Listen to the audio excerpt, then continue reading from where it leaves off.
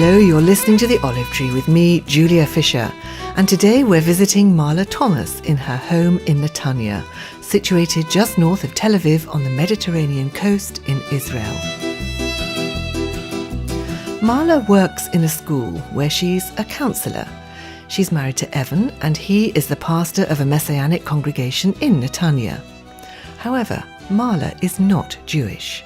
Her parents are Finnish, and she was brought up in New Zealand. In this programme, we're going to learn what it's like being married to an Israeli Jew and living in Israel, having to adopt another's culture. So Maala starts by explaining a little more about her early days. My family immigrated to New Zealand when I was just about 6 years old. So I was one of those ELL children, as we call them, English language learners. And I think that really was one of the reasons that I went into education, just with the personal experience and sensitivity to having been a child with a difference. And I went through my education in New Zealand, learning how to speak English, of course, and going on to university. And did become a New Zealander, just because it made things easier. My family actually are still living in New Zealand, but Finnish citizenship. And that was the experience that led me into a relationship with a nice Jewish boy, and how I ended up in Israel, because Evan and I met at university. And after coming to faith, I had a very personal experience with the Lord that was different from just the kind of traditional Lutheran background that I had had. And we were already married at that stage, and then Evan came to faith after that, and that was part of the journey to Israel. Whose decision was it to come to Israel? Was it Evan's, and did you come begrudgingly, or did you think it was a great idea and let's go? We actually came to Israel in 1979 to try and figure that one out. We thought we would be here for 6 months, didn't expect that it would be a lifetime.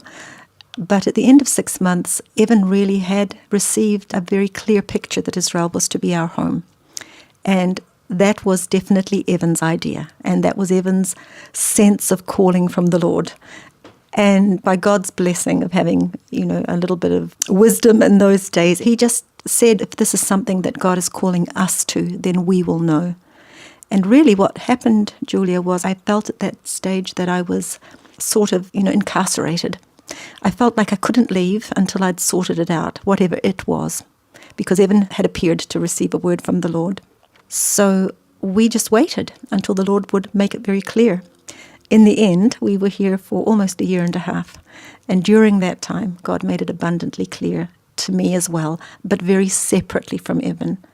And in that way, we were able to come with the knowledge that God had called us, definitely, and he'd done that individually as well as a couple.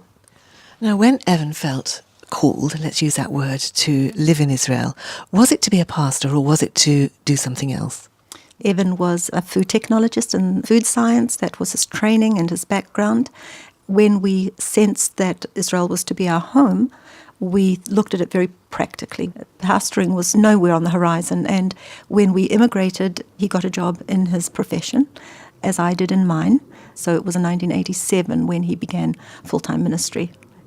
What about the language, Maala?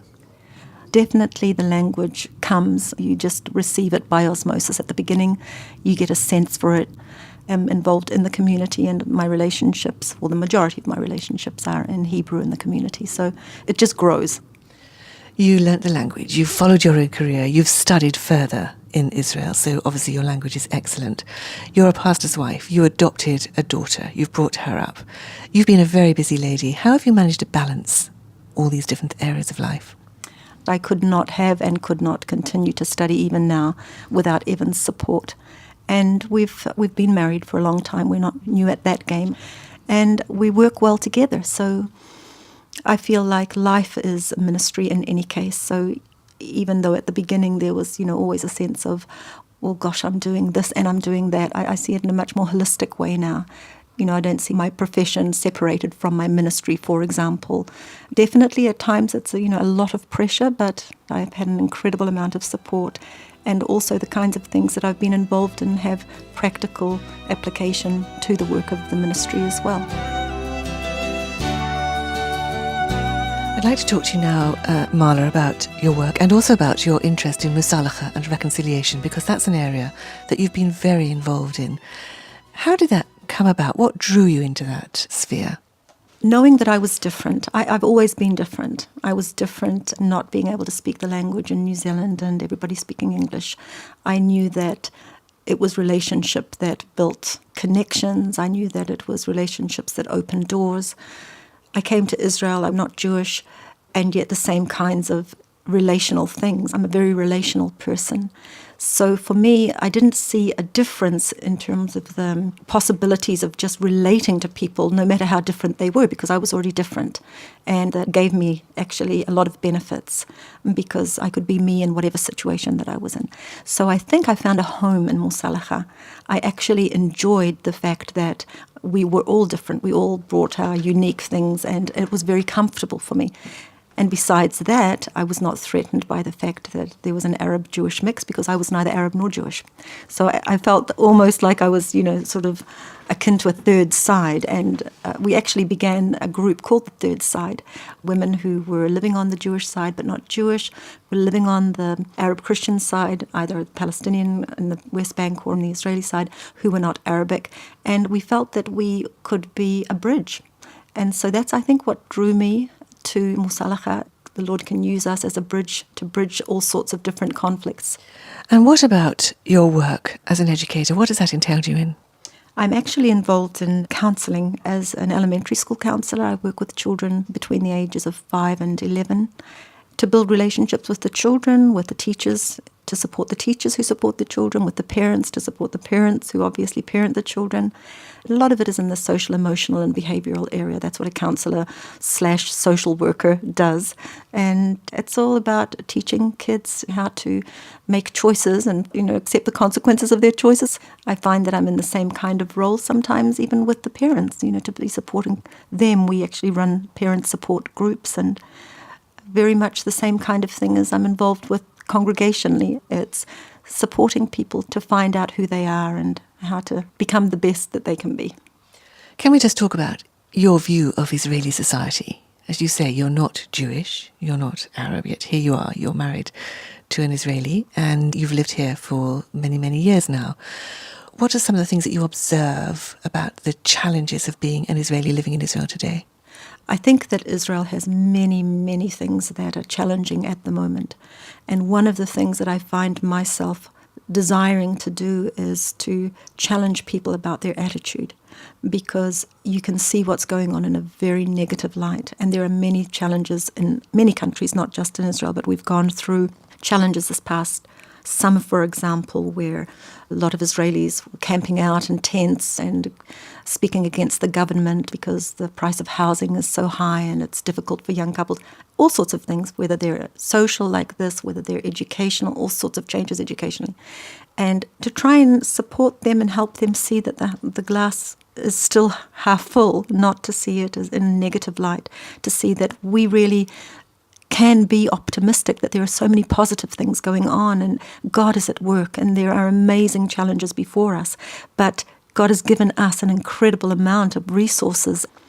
I see that that's my goal, in a sense, is to shore people up, to say, hey, let's look at the amazing things that are still going on, even within the difficulties.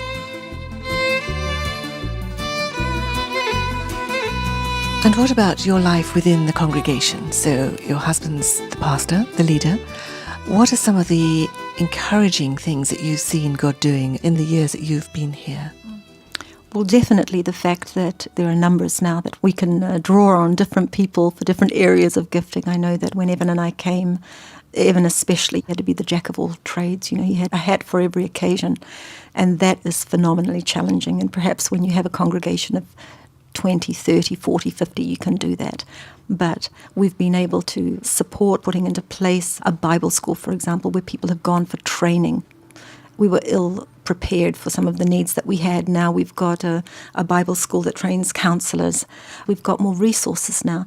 And I think that's the thing that's most encouraging for me, is to see that we do see people like these young people you're interviewing, people who have a vision to do things, people who have a commitment to work hard and to excel in their craft, people who have a willingness to put the effort and the energy in, both in the body and in the society. And I think that's where it really impacts the communities that we live in. We don't want to live in a cloistered cell.